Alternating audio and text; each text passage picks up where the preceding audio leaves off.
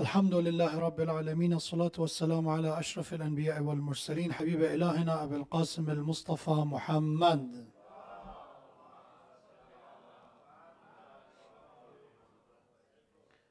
وعلى أهل بيته الطيبين الطاهرين المعصومين المكرمين سيما بقية الله في السماوات والأراضين روحي وأرواحنا وأرواح العالمين له الفداء.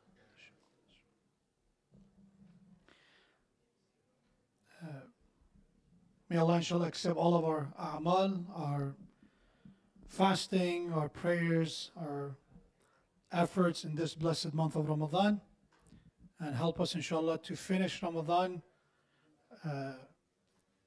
and conclude Ramadan with earning Allah subhanahu wa ta'ala's blessing and forgiveness, and to acquire His salvation with another salawat ala Muhammad wa ala Muhammad.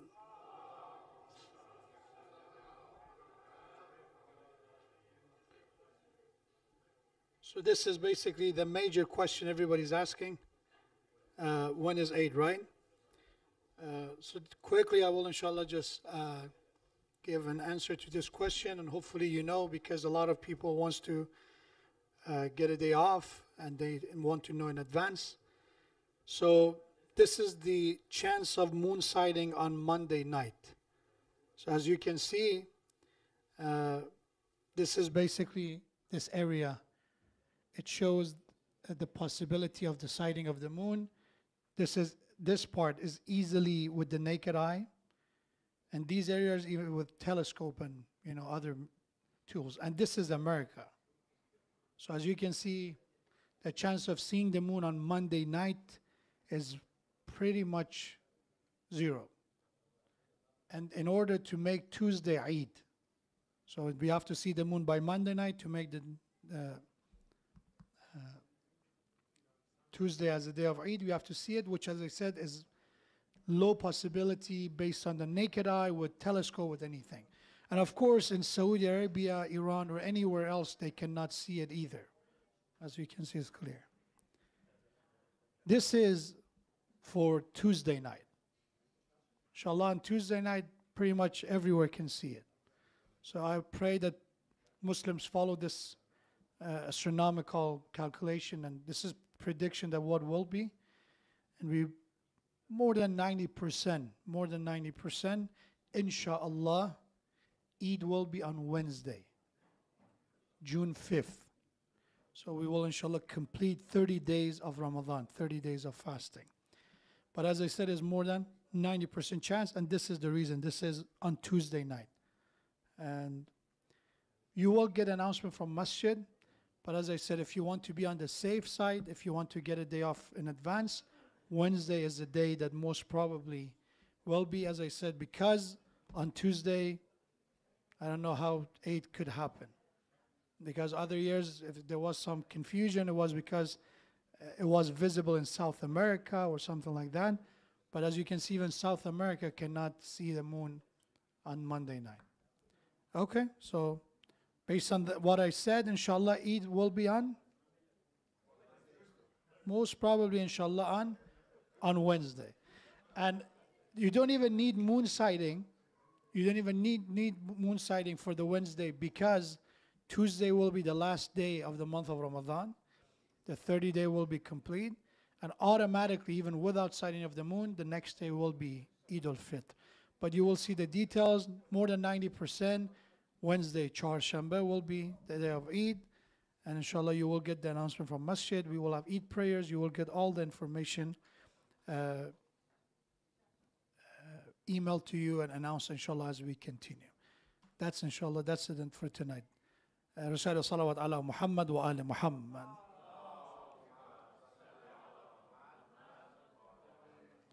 Okay, so you can post your question once again.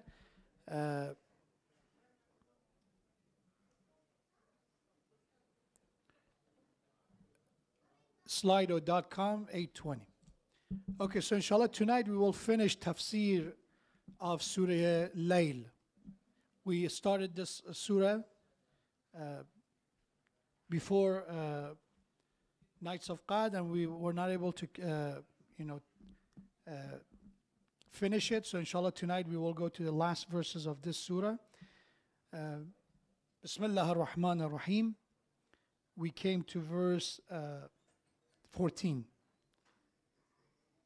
فأنذرتكم نارا تلظى لا يصلها إلا الأشقى الذي كذب وتولى وسيجنبها الأتقى الذي يؤتي ماله يتزكى وما لأحد عنده من نعمة تجزى إلا ابتغاء وجه ربه الأعلى ولسوف يرضى. So the Surah Layl, if we can divide it to a couple of sections to get the entire message of this. The main theme of this surah is about wealth management, is about financial responsibility. Specifically, what is the role of mal, what is the role of wealth in our lives. This is the main theme of this surah. So the first section of the surah was about oath. The second part of surah was about the diversity of human efforts in Nasa'yakum lashatta, and then elaboration on those type of diversity and differences. Thank you. And then it talk about diseases that comes with the wealth, which is greed and stinginess, bukhl, and one of the diseases also istighna, this feeling that you are self-sufficient, that we're not in need of God, that comes with the wealth. And then Allah subhanahu wa ta'ala in the next section toward the end talks about the cure. And the cure is to remember the role of Allah.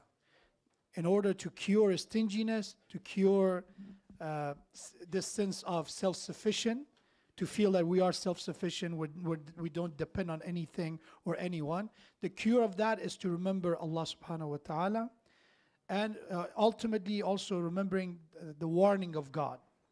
So these are the main section: oath, efforts, diseases of wealth, and then it comes to cure and remembrance of Allah, and then it comes to how people can actually rectify their mistakes. So let's talk about this ayah. It's one thing, by the way, before I go, and that is that the order, the sequence of the surah, it's interesting. Because, please pay attention, inshallah. I hope you learn, and I learned something also. Inshallah, if eventually we can have everybody sit down. Recite salawat ala Muhammad wa ala Muhammad. When I'm on the minbar, it's easier to focus. And that is when it comes to the sequence that Allah subhanahu wa ta'ala used in this surah, it's different. And that is that, for example, when it comes to the different type of efforts, Allah said, "Inna sa'yakum lashatta, fa'amma man a'ata wattaqa." The one who give, the one who does charity, and have taqwa. And they're also God conscious. They're God fearing, which in reality is, which one should be first? Taqwa and then charity, or charity then taqwa? Taqwa first, right? You first have that virtue and piety, and then you have taqwa. Then you have the act of charity. But Allah changed the sequence. And this is one of the ways that Allah makes people think. And this is the beauty of Quran, that it's a lot of different structure. There's a lot of different rhythms in order to make people think. There's a lot of questions in Quran, not that the answer is hidden, is to make us think to know the answer. For example, when we say, وَاللَّيْلِ إِذَا يَغْشَى, I swear by the night when it covers. It doesn't say cover what. So, okay, as a reciter, read the surah before. You know, the previous surah was Shams, and we said in the surah Shams tafsir, what it covers? What? Sun. So based on that, you can come to conclusion that Allah talks about the continuation of the same message. So there's connection, and there's subliminal messaging within the text of Quran. And in this case, Allah talks about the conclusion, and then it goes to basically the first talks about the roots, then it goes to fruits. right? So when it comes to, for example, this is the way also when we human being, when we see a tree, what is the first thing we notice about a tree? Is it the roots of the tree, or is it the leaves and the branches and the fruit? Which one? The fruit. But is it any fruit without the roots? Which one is first? Which one comes first? Roots. So Allah used that change of sequence to say, okay, let's talk about the fruit. The fruit of taqwa is generosity. The fruit of taqwa is that you do a'ta. By the way, a'ta in Arabic, it talks about abundant giving, a lot of giving. Inna a'tainaka al-kawthar. A'ta is the Arabic word. There's so many words for giving, for being generous, for donating. But a'ta, I talk about a very, very high and abundant level of giving. It's not one of those that once in a while they give something. It's something that is common. It's something that is very, very usual. So it said, فَأَمَّا مَنْ أَعْطَى, look at the fruit, is that they're generous, وَاتَّقَى. And remember, the root of this fruit, the reason they are generous, the reason they give a lot is because of وَاتَّقَى. And this continues throughout the ayah. This was the positive side, right? وَصَدَّقَ بِالْحُسْنَى. Husna, we mentioned. The meaning of husna means good, ultimate good, beautiful. And husna in Arab, in Quran, was used for Day of Judgment, the promise of God, the ultimate promise of God. It could be about religion, it could be about Day of Judgment, it could be about paradise and heaven. All of that is husna. The collection of all that we consider husna. Husna is a female word, is a female a word for Hasan, Ahsan. We have Hasan and Husna, Ahsan and Husna. So the Husna, it talks about anything that is good, an ultimate good. And so, وَصَدَّقَ بِالْحُسْنَى. If you believe and you confirm the belief in ultimate good, which is religion, including religion is believe in Day of Judgment. It is believe in paradise. It is believe in the reward of Allah. فَسَنُيَسِّرُهُ لِلْيُسْرَى. We will lead you to ease. We will make that path easy for you. وَأَمَّا مَنْ بَخِلَ was. So remember, we talk about the sequence was first the result and then the root, right? So what is the root of bukhl according to this ayah? What is the root of being stingy? Istighna. I don't need to give, right? It's not my job to give. It is my money. I have to take care of myself. This sense of self-sufficient, this sense of selfishness is the reason people become stingy and bakhil and greedy. So وَأَمَّا مَنْ بَخِلَ وَاسْتَغْنَى وَكَذَّبَ بِالْحُسْنَى فَسَنُيَسِّرُهُ لِلْعُسْرَى. It will become difficult. Not that Allah subhanahu wa ta'ala make the task. This attitude will make it difficult for them. The one who's stingy, we talk about that. The one who's jealous, the one who's greedy, who suffers the most? The person himself or herself. وَأَمَّا مَنْ بَخِلَ وَاسْتَغْنَى وَكَذَّبَ بِالْحُسْنَى فَسَنُيَسِّرُهُ لِلْعُسْرَى. Then we came to this ayah, وَمَا يُغْنِي عَنْهُ مَالُهُ إِذَا تَرَدَّ. مَا يُغْنِي, we said it will not satisfy him. It will not fulfill him. مَالَهُ, his wealth. Because we thought istighna, ma yughni, is defying that mentality. The mentality was, I have money, I have wealth, so I don't need God. Then Allah said, ma yughni anhu maluhu. His wealth will not be enough for him to make him ghani, to make him fulfilled. إِذَا taradda, right? We talk about the taradda, it refers to falling, right? When somebody is falling, this taradda, radi and rada, it refers to somebody who falls, it was on a cliff. When you fall into a ditch, that's what taradda is. So the one is falling, and they said, what ditch? And then Allah didn't mention, falling into what? That when that person is falling, his wealth will not be enough for him. What ditch we're talking about, what cliff we're talking about. And by the way, nobody's pushing him or her. That person actually, they jump that cliff. because of that being greedy, because of that stinginess, because of the denying of husna, they will jump into the ditch. This ditch could be what? And they in the tafsir said, it could be, we're talking about hell. It could be falling from humanity, losing your worth as a human being. It could be falling in the eyes of God, you lose your worth. All of it is about the type of falling. It's about decay. مَا يُغْنِي عَنْهُ مَالُ إِذَا تَرَدَّ. This is the cure.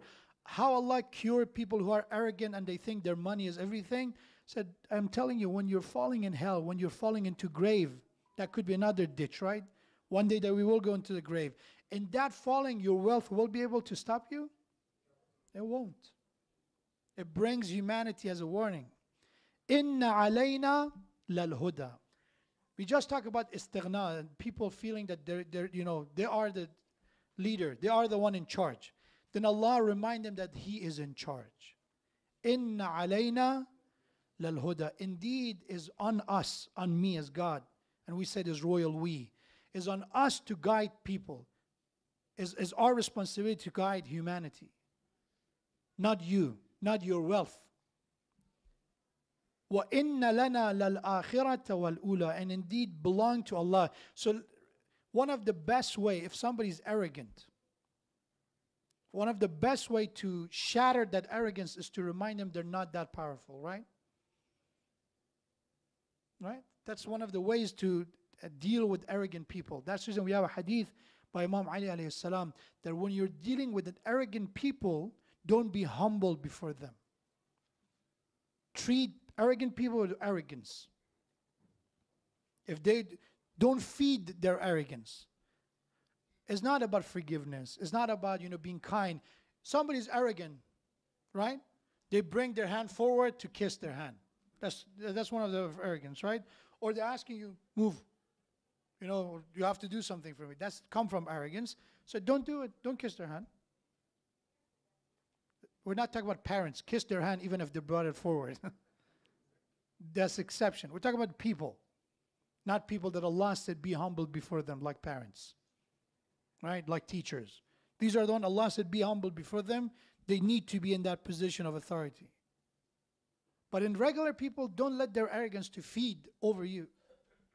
And Allah said in Quran, the best way to deal with the people who are arrogant and they feel that they are ghani is to remind them Allah is ghani. You're nothing.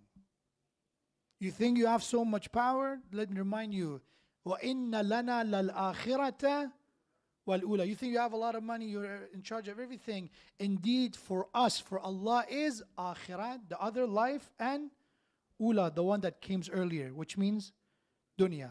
Remember the sequence. What kind of sequence is this? Which one is first? Is it dunya and akhir or akhir and dunya? Which one? Dunya and dunya, then we go to akhirah. The order is that we live in this dunya, then we go to akhirah. But remember, Allah changed the sequence from the beginning. He said, a'ta wa taqa. Talks about the fruits and then the roots. So here is the same thing. The fruit of dunya is supposed to be what? Akhirah. Everything we plan, we're supposed to ultimately get over there. Everything good we do.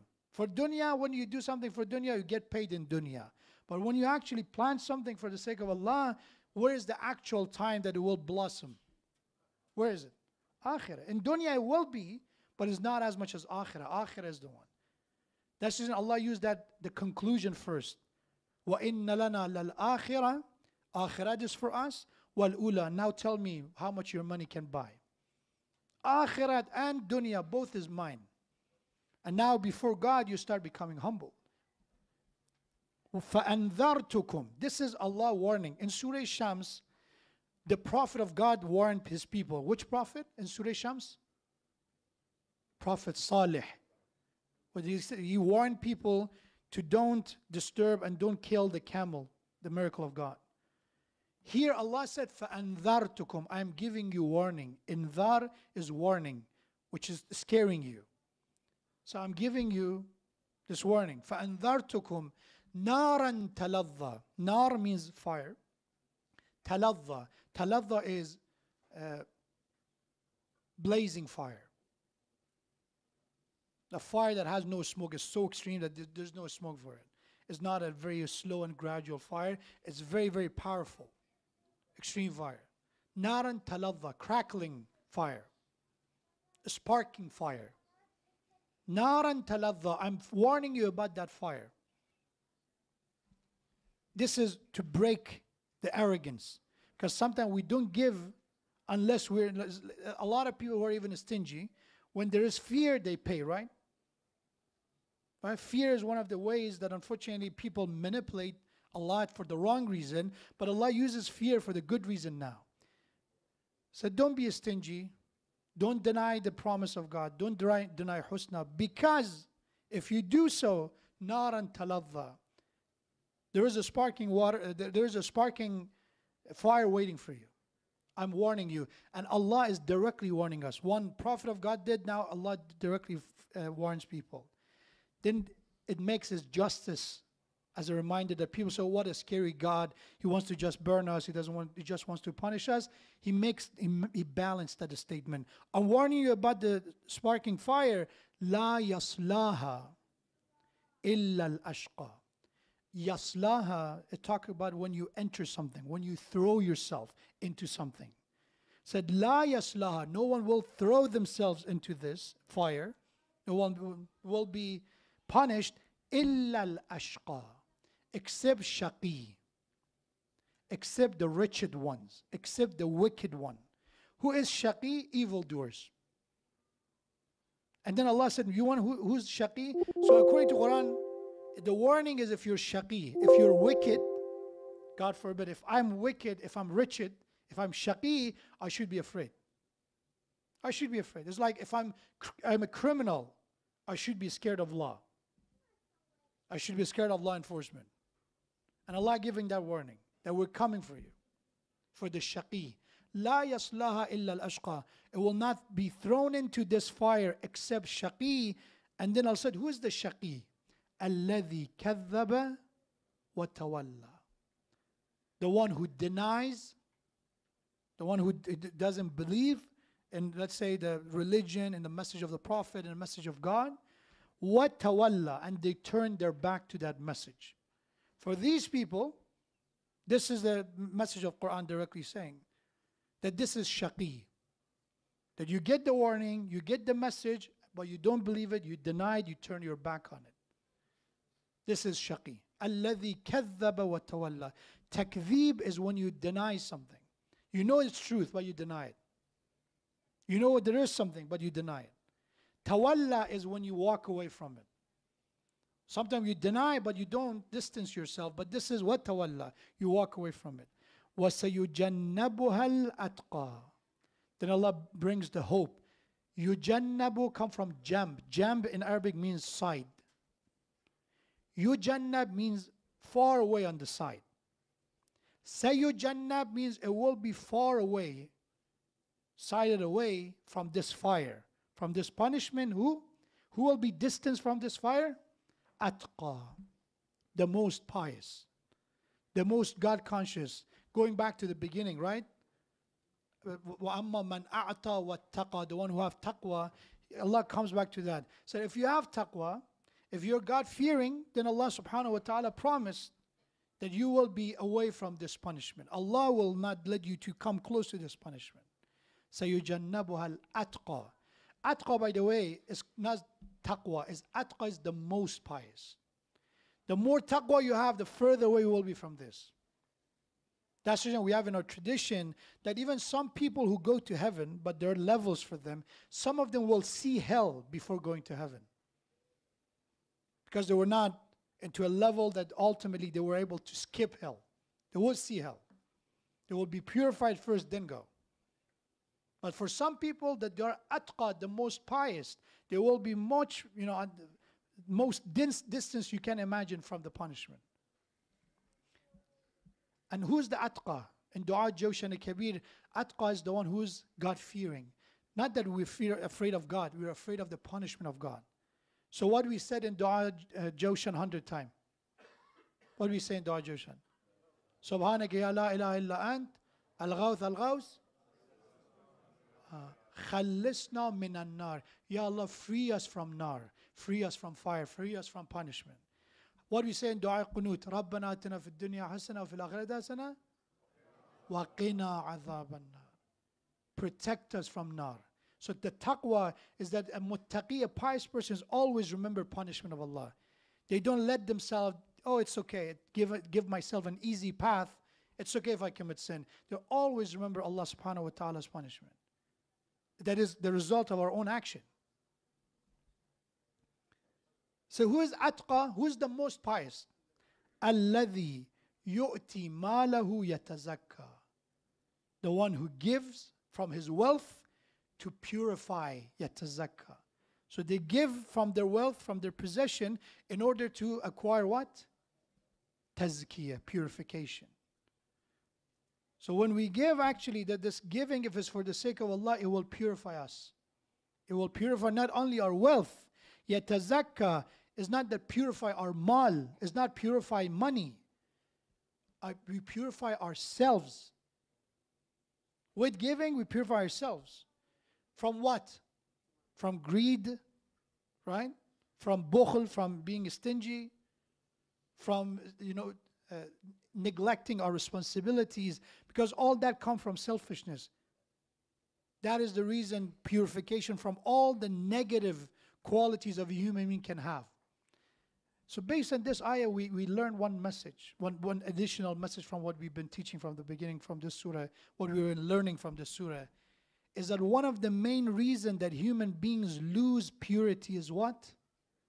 Dunya, is wealth. A lot of us, when we don't have wealth, we're doing good. The moment money comes, the prayers, start skipping, 1 or 2 prayers. I'm busy now, right?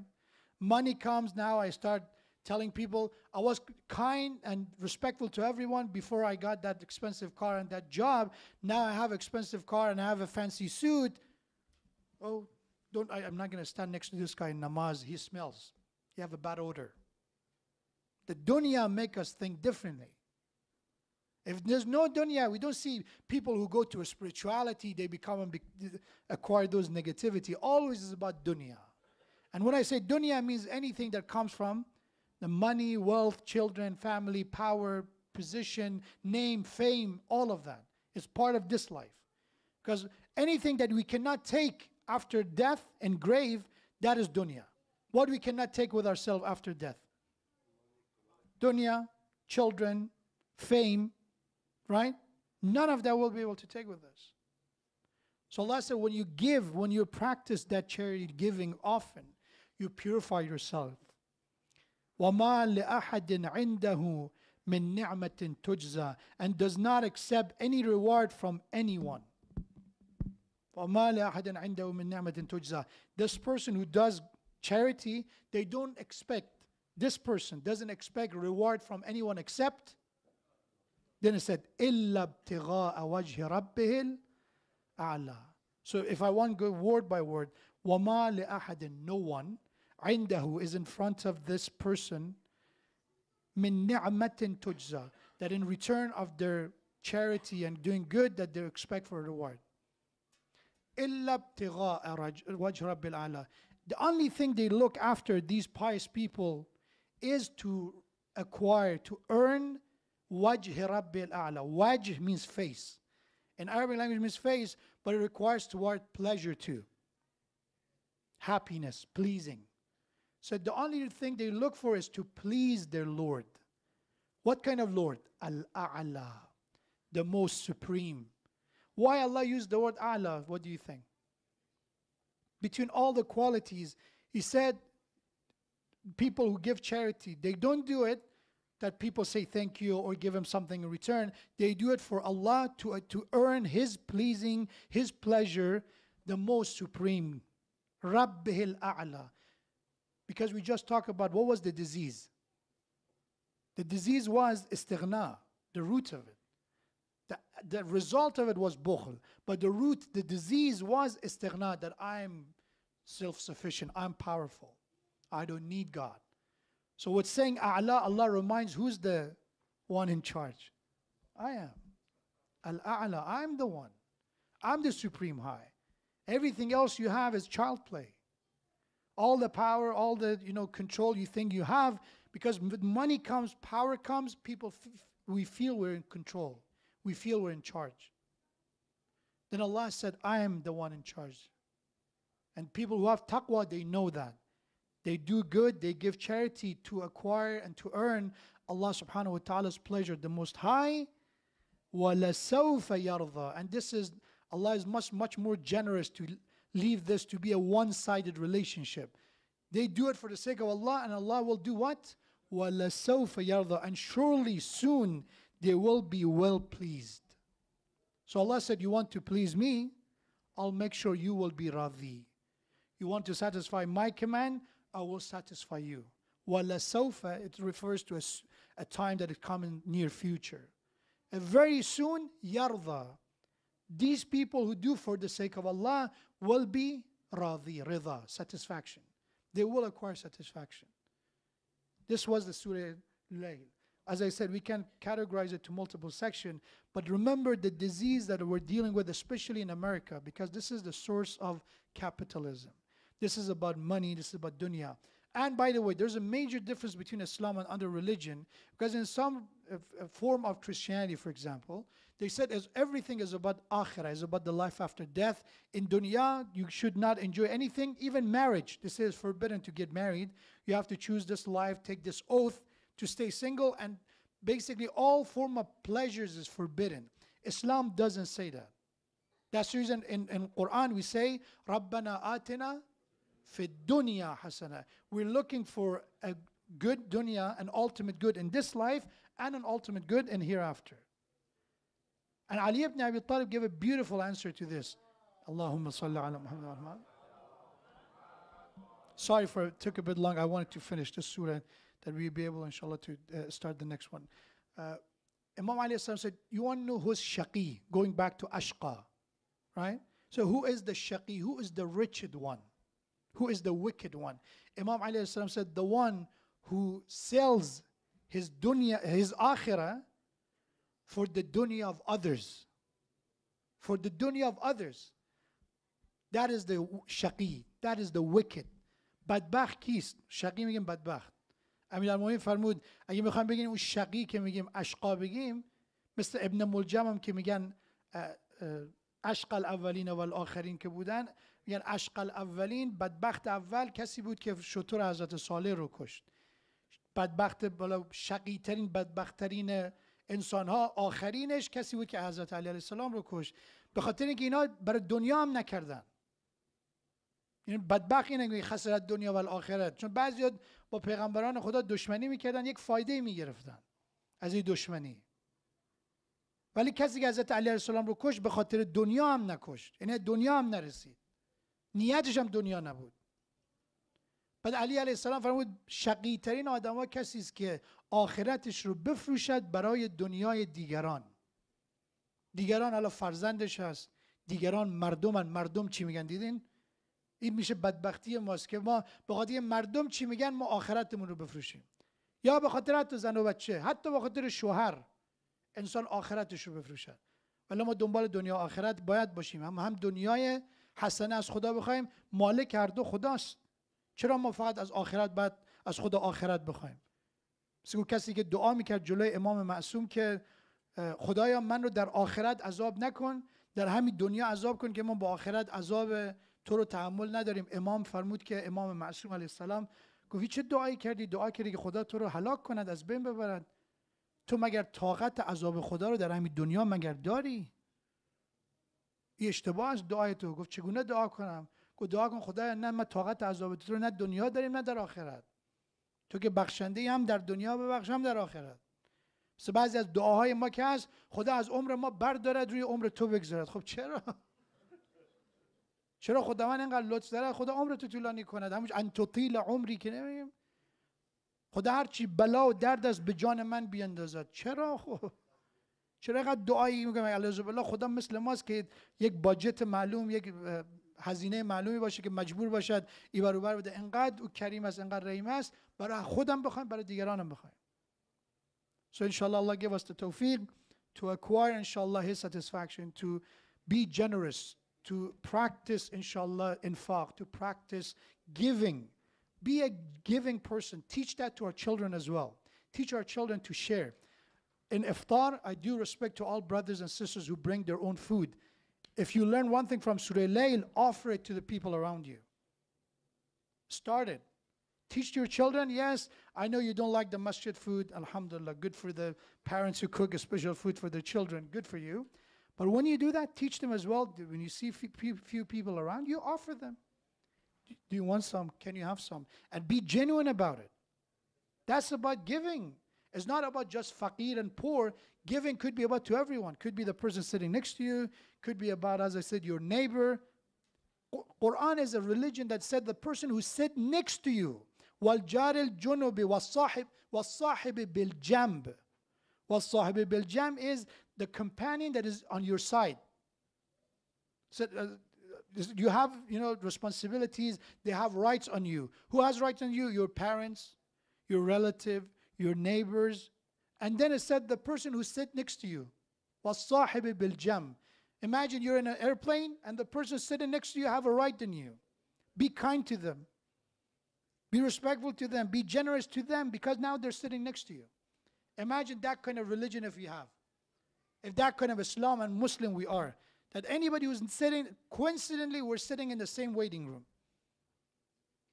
That Islam says in Quran, they have a right on you to be respectful, to be mindful of them. To imagine them, they're not like a stranger now because they end up sitting next to you. So if you want to talk about a'ata, wattaqa, talk about giving, start from the small steps.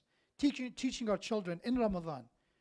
Teach them, go spread around, go give, pass this around. We do it ourselves. If you start with these, and then inshallah when we grew up and we have a couple of $100,000 in our bank account, we will not that strange with giving. We already start from our childhood. There's so many stories that I can talk about. A lot of people who end up becoming known, generous people, they said one of the reasons we became generous was because our parents, our mothers, our fathers, they used to tell us, go give this to the poor people. Go give this to your neighbor. Go give this to your brother. Teach them even in our household. Teach them, go put this in front of your brother.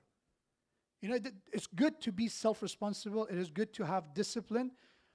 Take your own dish. You said, when you're standing up, we say in our house, right?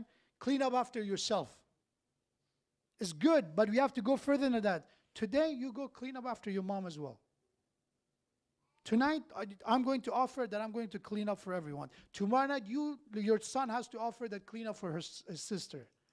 This is giving. If you say, just only my mess, my problem. My food, my space, my meal. This is not generosity. And this is dunya. This is, as I said, this is a path of breach for humanity. For shaitan to misguide humanity. May Allah shall give us the tawfiq, as I said, to give for the sake of Allah. Only for Allah subhanahu wa ta'ala. Not for anything else. Not even for hearing a thank you. We do it for Allah. If all the volunteers in masjid, we do it, and alhamdulillah, they do it for that reason. Even if people, they said, they did not say thank you. Nothing will be missed before Allah subhanahu wa ta'ala. He is A'la. He is the most supreme. Wassalamu alaikum wa rahmatullahi wa barakatuh.